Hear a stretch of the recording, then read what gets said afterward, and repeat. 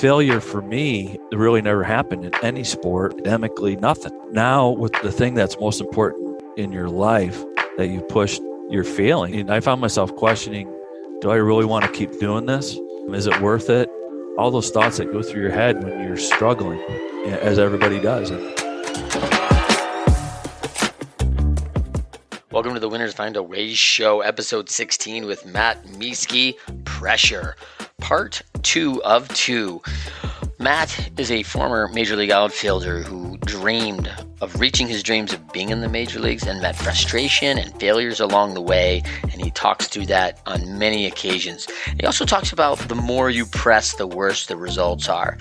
It's so important that we understand in any vocation in life how we can be mentally tough, prepare for competition in business and in life, and learn to compete, and how showing up is so important. Join us for this final half of episode 16, Pressure.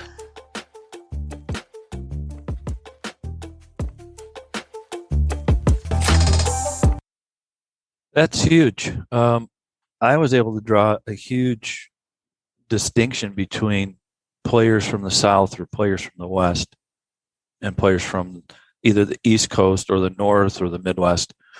And when I started playing in the minors, it was very quick for me to be able to discern between those types of players and their attitudes. And the biggest thing was work ethic. Not that players from the South or the West didn't have a work ethic, but when you don't have to practice indoors for 3 months to be able to go outside for 3 weeks and play games, you don't develop the same kind of discipline or mental toughness or work habits when you are in the Midwest or somewhere that it's cold, and you appreciate the ability or opportunity to go out and play games. Whereas in those other places, it's all they do is play games. Yeah. Rarely practice. The weather's always nice. Well, why waste time practicing when you can play 80 or 100 games? So I think that was one of the big advantages that I had and continues today. Everybody that gets drafted or signs has ability. Yes. And you don't, there's no gimmies. They don't give. Yeah. Earned, not given. Right. And you're there for a reason. You can do something or many things very well, but everybody's there for a reason. Now, how long you stay or how long you play is dependent on a lot of other things. Obviously, your performance and your success, but baseball in particular, because it's an everyday thing, you have to have a certain discipline. You have to have work ethic. You have to be mentally able to bear that kind of strain on a daily basis and pick yourself up after you fail, which is, oh, by the way, most of the time. And so to me, it was really growing up in that environment was conducive to building that work ethic and those habits, and just being able to handle the strains and stresses that come. And I was able to quickly see in a short season rookie ball where you play 70 games, I think, those guys who were drafted as part of the Padres organization and part of my team in Spokane, it didn't take but 2 months to kind of separate the wheat from the chaff. You could see the talent, but you could tell the guys who weren't going to last very long because they just hadn't been tested. You know, you get punched in the mouth. How are you going to respond? And that was weird because after a few weeks, those guys are looking at you like, who's this guy? You know, and almost like you're not supposed to be doing that. Yeah. And you know, I'm from Pepperdine or whatever, and that always gave me a quiet satisfaction because and the thing that I probably feel the worst about is other players that went to Western Michigan or played in the MAC that never got a chance to play or never signed. Yeah. And I compared that to guys on my team or in that first season rookie league that were better or could have had a chance or should have had a chance. And I remember about a month into our season in Spokane, we were kind of struggling as a team. And I was getting tired of hearing kind of the whininess and the complaining. And it was primarily those guys, obviously that were from warm weather places. And I just called them out. I just said, look, I'm tired of hearing this. I said, I played with guys back home that are better than you, and they didn't get a chance to sign. You have an opportunity, and you're wasting it. And I don't want to hear this anymore. That's the last we heard of it. And really? That's awesome. But it was annoying to me, and it was the facts. It was absolutely true. Yeah. And once you cut that out, you just focus on playing together as a team. And we won a league championship that year.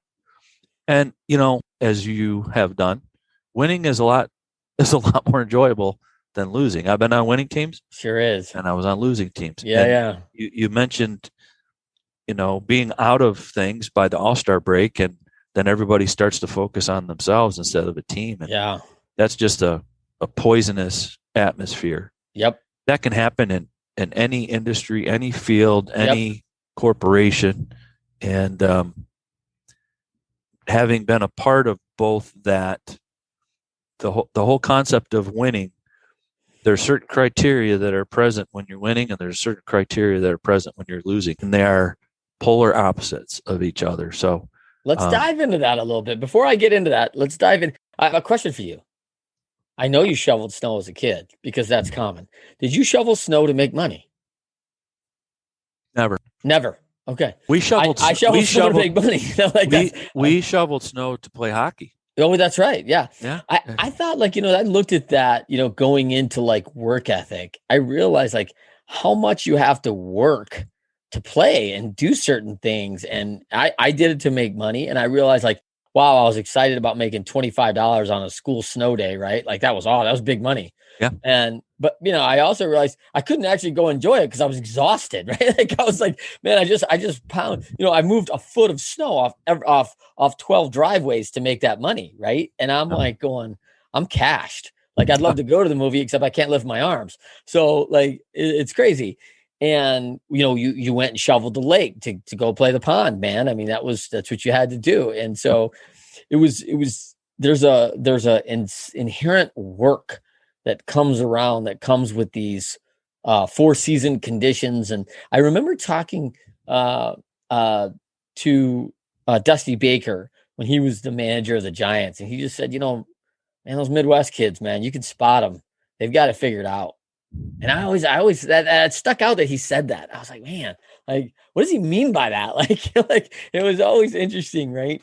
Yeah, it was toothpick kid. Yeah.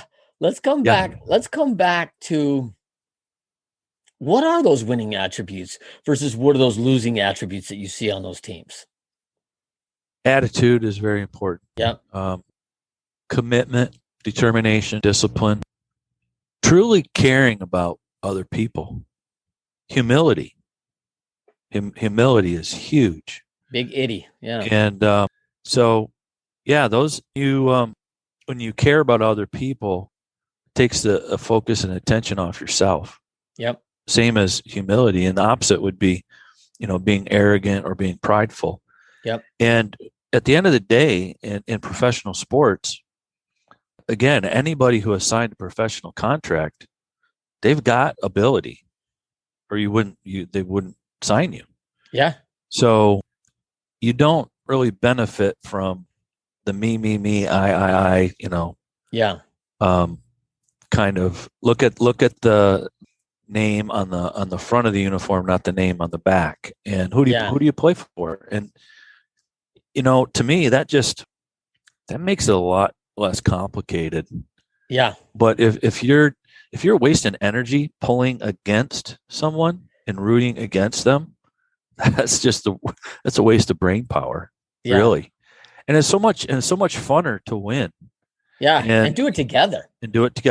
And I think that's probably the one common thread that winning teams have, some level of chemistry that is helping them accomplish what they do. And that's important. Yeah, when I think about that chemistry, I think you hit it on the caring. I mean, I think when you actually genuinely care about the person next to you, and I think it's one of the strongest things about the military when you talk about, or the Olympics, which, of course, from the movie, right? The Miracle about the 80, he's like, hey, the name on the front's a whole heck of a lot more important than the one on the back, right? Yeah, Herb Brooks. Well, and so, and the military, like, hey, I'm gonna put my life in your hands and in your hands, and your life's in mine. Like, we're all in this together. And it's like, whoa, wait a minute. This all of a sudden just got upgraded to a whole nother level of importance. Right. Yep. And good teams really understand that. And I always have appreciated that, being on teams, and good ones and bad ones, mostly good ones. And being involved with organizations that have a true goal to do something together, and how each person inside that organization has a role and responsibility to go meet our expectation of winning, or whatever that final, that outcome. And it doesn't matter, your color, where you grew up, what's your culture at home, if, what's your family life like none of that matters when it's all focused on what you need to accomplish together. Right. It doesn't supersede those goals. And I think when you focus on that, it does help you to relax. And I think your performance is actually better. The outcomes are better. Yeah. And, pride is a significant problem for a lot of people. It's different than being proud. Pride is different than being proud. Yeah, let's dive into that a little bit. Because proud you hear it said so much, right? Yeah. Like, we got Tiger Pride, and we put it up on billboards at the high school, and we talk about this pride, and I mean, we use it in our culture. We use gay pride. We use pride like real easy, right?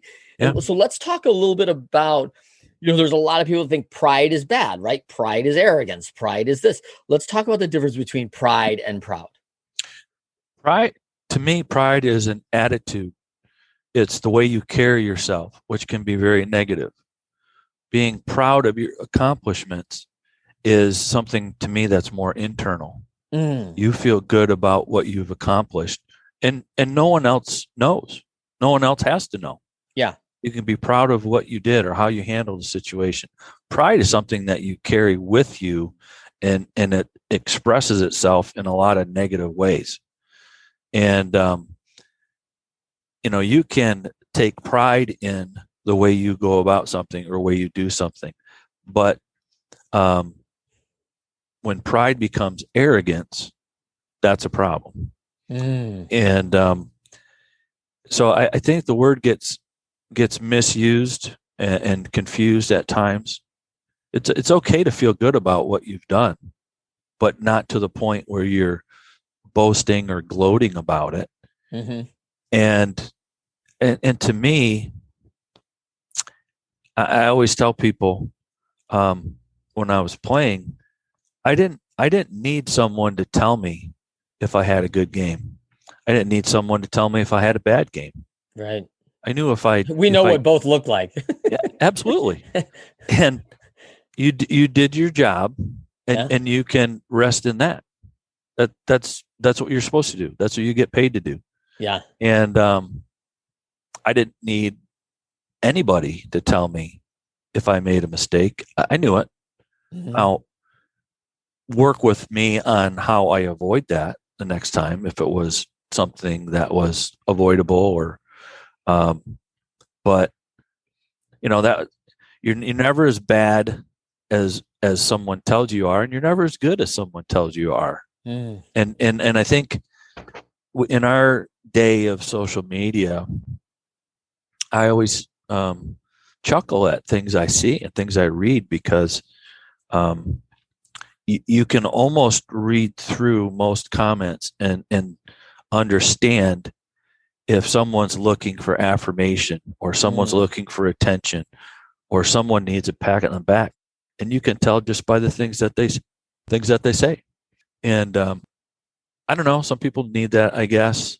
But to me, pride is a problem a lot of our society. I would say it was one of my major motivators as a kid was to make my parents proud. I felt like my parents sacrificed a lot of things so that, me and my brothers and my sister could have things that they didn't have, right?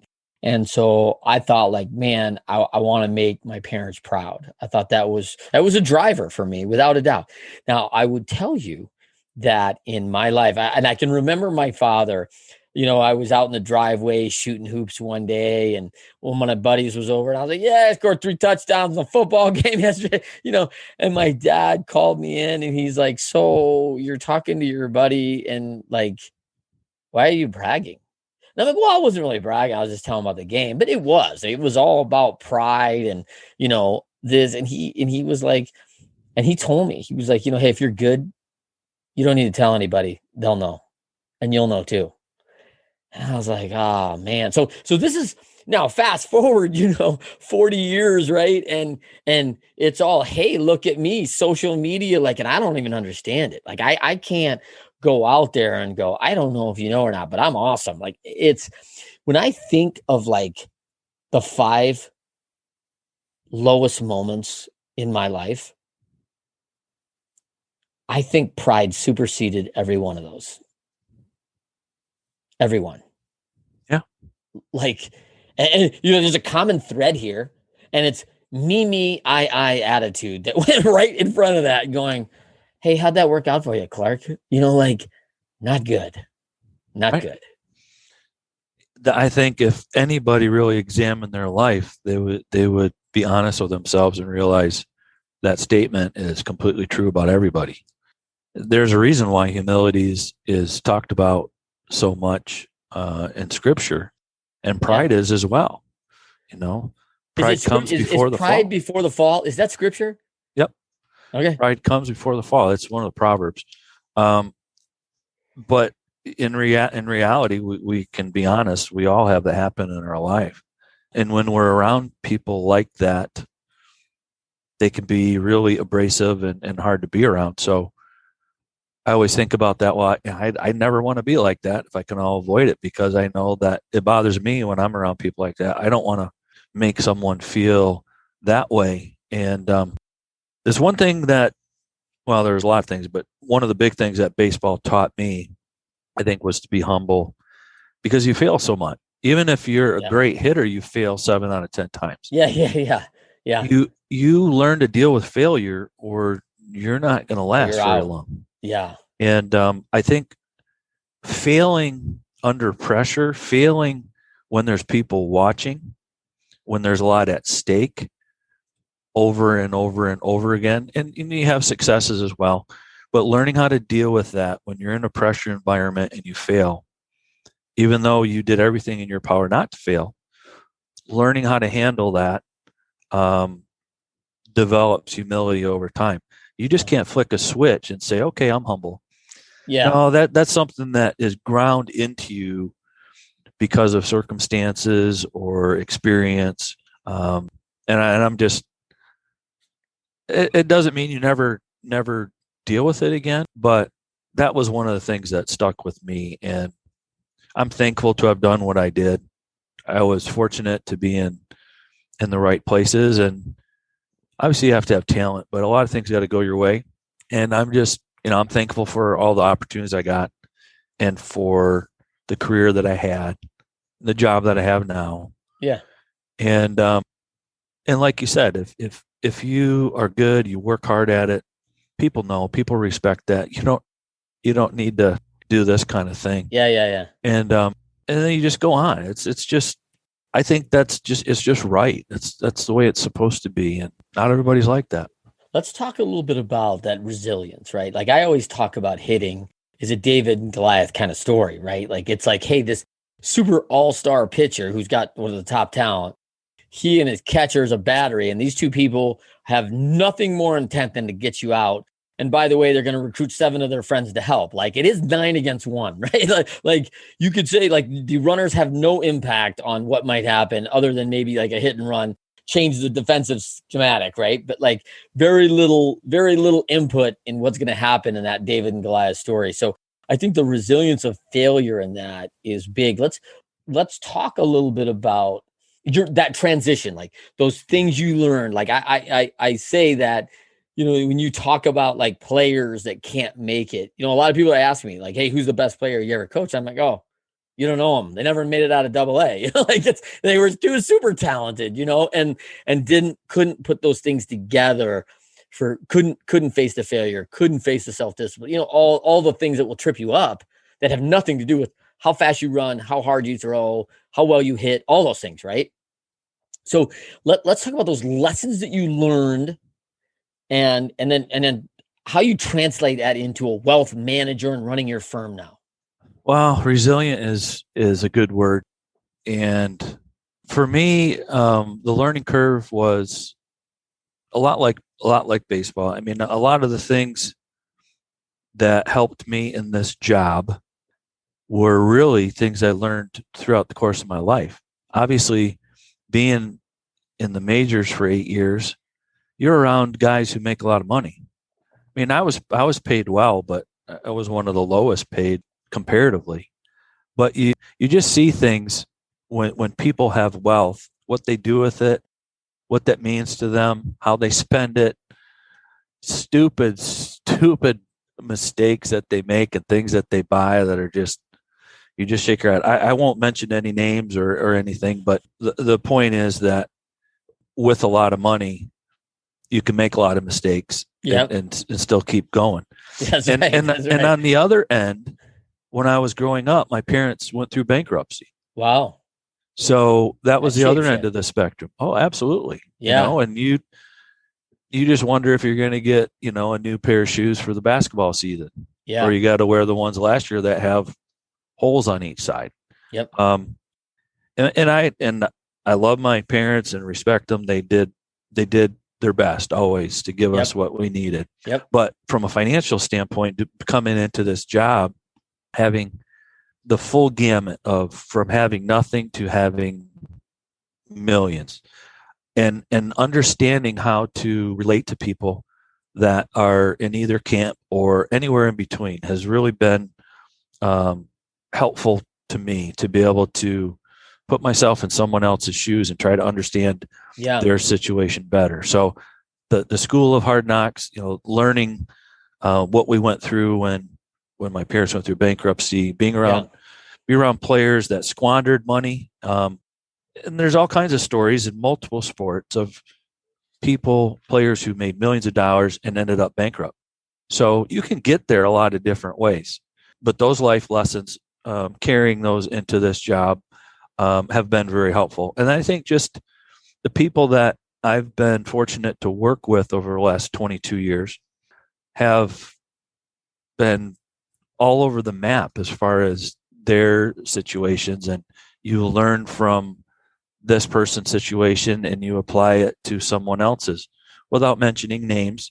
But from a concept standpoint, here's what this person went through. This is what I learned.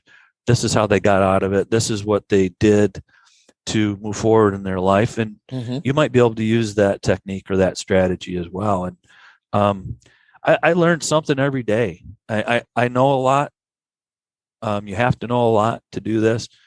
But honestly, I learned something every day, sometimes a lot of stuff. And I think if we ever stop learning or think that we know everything, we're in a lot of trouble. Yeah, that's a good tip to remind people, right? Like it's a danger zone. We're like, I've gathered all the knowledge. I'm good. Like, that's it. Like, not likely. What do you think the one superpower is that separates you, that kind of catapulted you to that 1%? Before I became a Christian and after I became a Christian is probably a different answer. Oh, really? Let's talk about that. Yeah. When did you become a Christian? While you were playing ball? Like, you didn't grow up with it? Yep. In AAA. Yep. Okay, so this was kind of the time where you found this faith, you're up against it, changed, found your faith, just turned to a different lifestyle, a different attitude, a different place for Yeah, sure. absolutely. 100%. And so what would have been the superpower before? Your hard work and your effort? I would say I was driven. Okay. And so after? My faith has been my foundation since then. Really? And it changed my perspective on life. It changed my perspective on everything that I do. And evaluate your purpose, why you're here, why you were made, what you're supposed to do, why you're doing what you're doing, why you go through and having an ability to have a perspective that's different than me or I. And so before that, baseball, I guess, baseball probably was my God.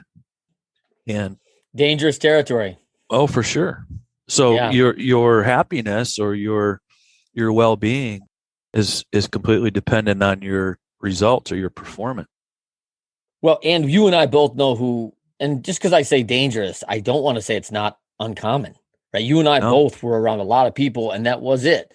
And the danger that I say, as I say that is I watched that pulled from a lot of people, and like, wait a minute, you're taking my God away? Like, yeah, it's time to go. And it was like, because like you said, it's a business, right? And then they're lost. There's a mourning, right? Because you've lost something. And of course, a deity, how do you lose that? I don't even know. But like, if you're talking about something above and beyond that's almost supernatural, and you put this up on this pedestal and it's just ripped out, you can imagine the responses are unlikely good.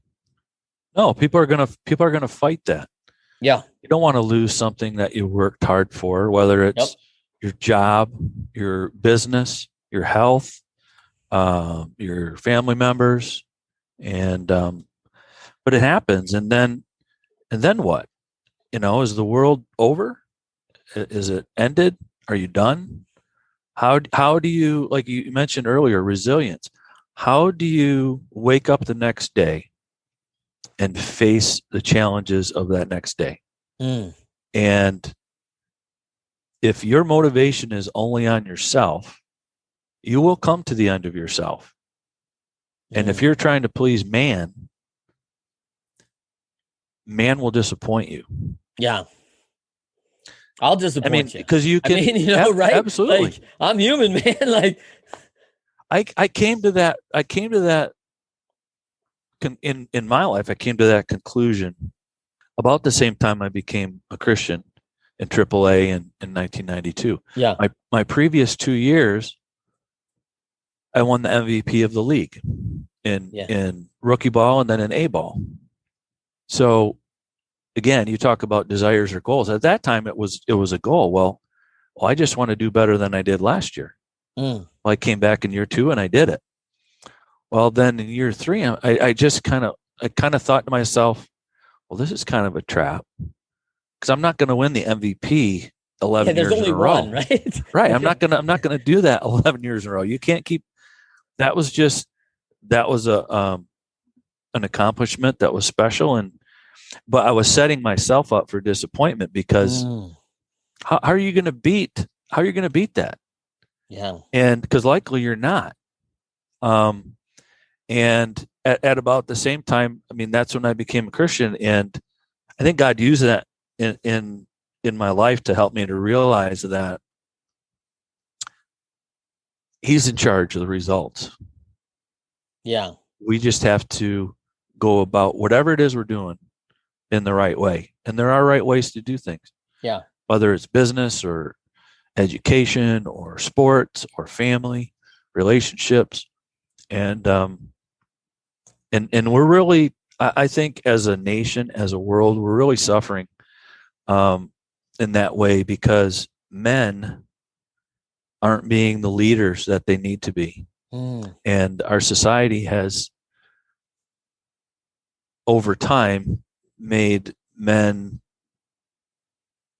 think differently about their responsibilities and made it easier to get out from underneath that responsibility. And we have a crisis because of it. And so I think, Matt, that's got to be episode 2 because that's a whole tough topic, right? Yeah. But we do got to wrap here. So finish off with a couple things for me. One is you've had a lot of success. You've won a lot. What's the best battle you've conquered in your lifetime?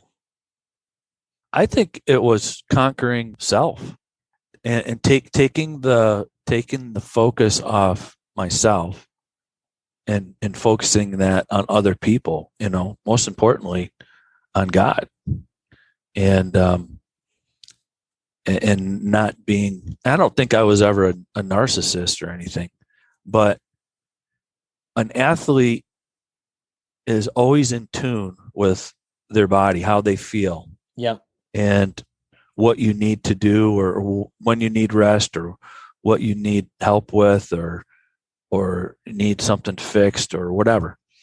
And I think by nature, if you're an athlete, you feel that, and you can't avoid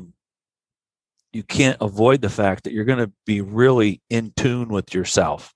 But I think over time you can really become too absorbed with that and everything that goes along with that and what that means. And so once you take the focus off yourself and put it on God, and then in your marriage, your family, and then your job, and then others, your others, your ministry, whatever that is. Yep. And it's kind of like a pyramid or a triangle, and so you keep God at the top of that, and that's a good foundational piece. Triangles are good when they're based at the bottom. You flip that upside down and you put God at the bottom, that triangle becomes very unstable. Yeah. And anytime that I struggled in my life after that, I just look at that, and that's the answer. Where are you spending your time? Have you got those priorities in your life twisted or turned or upside down? And I can look at other people and within a few questions know why they're having problems in their life. And it's almost always directly related to where their focus is at in regards to those areas in their life. And so I think keeping that in order helps keep your life in order. Doesn't mean you won't have problems or face difficult times, but you're ready to handle them head on with both feet on the ground. Well, I think it kind of comes in like, kind of the best way to win, right? Is keeping that perspective. And when you see that from that top level, right? There are so many, like when you have money, you have success, you have homes, you don't have any needs anymore. You just have wants, right? Like that's all we have. And we still have those, by the way. Everyone still has them. It's so easy to cut out what's important, because you don't go running away from your faith or what's important in your life or those people, even like your mom, right? It's just that it's so easy to be like, well, we're going to Cabo for the weekend. I couldn't get to the phone and call you, Mom, and I couldn't spend time in the Word. I couldn't, do what has always been important to you, that now all of a sudden you move out of your limelight and filter it out. Absolutely. It's so easy. Yeah. All right. Well, listen, so good to spend time with you, Matt, today. Again, you can find him on LinkedIn, Matt Mieske, LPL. This is, he's a advisor there for them. As you can see his credentials there on LinkedIn. Let's finish with the quote of where you go when things are tough for you. Is there a verse? Is there a quote? Is there something that you read that sets you back into like, hey, this can regulate me very quickly and it's kind of get me back to center? Proverbs 3:5-6. Trust in the Lord with all your heart. Lean not on your own understanding, but in all your ways acknowledge him. He will make your path straight. Nice. I'm very analytical and yes, and I pride myself dangerously on being able to figure things out. Yes. So the danger is leaning on that ability or that intellect or that knowledge, because there's a lot of things that we can't figure out. Right. And so for me, that one hits me a couple times a week. And it's good to memorize verses. That's one that I have burned in my forehead. And I have to remind myself of it all the time, because I like to know. I like to figure things out. And yeah, some things are a mystery and will continue to be a mystery. Yeah, I'd love to see if we get all the data and all the information, but there's always that lean not on your own understanding. Right? And so for me today, Matt, I was thinking about this week, knowing, you're on my show, and the week we've known each other for a number of years. We've done work together. Matthew 5:16, let your light shine. Let your light so shine before men that they may see your good works and glorify your Father in heaven. I've always looked at you that way, Matt. From the time I got to know you, it was after, you came to Christ, of course, but you were a guy who was a light in a pretty dark place. I know probably most people don't think pro baseball is a dark place, right? But there is a lot of temptation. There's a lot of challenge inside it. It is not an easy road to navigate, and people could talk about, oh, well, it's got to be easy. You're making millions, and I never made millions either. And so it was challenging, and I think that there's people that just carry themselves, and that light shines, and you're one of those guys. I thought of that right away when I saw that. So, and of course it's Matthew, 5:16, I'm sure, you were probably named after this verse, right? Of course, so many more videos on our Leadershipity channel, content for you. We are on at Leadershipity at Instagram and Twitter, and at Trent M. Clark. You can, of course, follow my handles there, our website, leadershipity.com. Look for our upcoming book, The Pyramid of Leadershipity. Super excited about that as we talk about those key itties of the foundation for leaders. If you enjoyed today's episode, please continue listening. Rate Winners Find a Way 5 stars. I work hard to find value delivering stories from the 1% leaders for you every episode. Matthew, of course, you didn't disappoint again, Matt. So it was so good. And now we got episode 2 teed up for a challenge of the men today is leaders and leading. And I think that's a huge topic. And we didn't get deep into your life altering, challenge with the blood clot, which we'll have to leave our audience for episode 2. So I'm pretty excited about that. Excellent. Great to see you, Matt. As everybody, we'll see you next week, every Friday, 12:30 Eastern, 9:30 a.m. Pacific, live on Leadershipity YouTube channel. We'll see you then. Thank you for joining us for another Winners Find a Way show. I am your host, Trent Clark. If you love this episode, share this episode with your friends, and follow us on whatever podcasting medium you're listening to. If you want more content from us, join us at leadershipity.com or the Leadershipity YouTube channel. You can find us on all the social media networks at either Trent M. Clark or Leadershipity. For our award-winning workshop, Win with Great Teams, you can find that page on LinkedIn, as well as our corporate page, Leadershipity. If you want to win more, it starts with you today. Say it with me now. I have what it takes.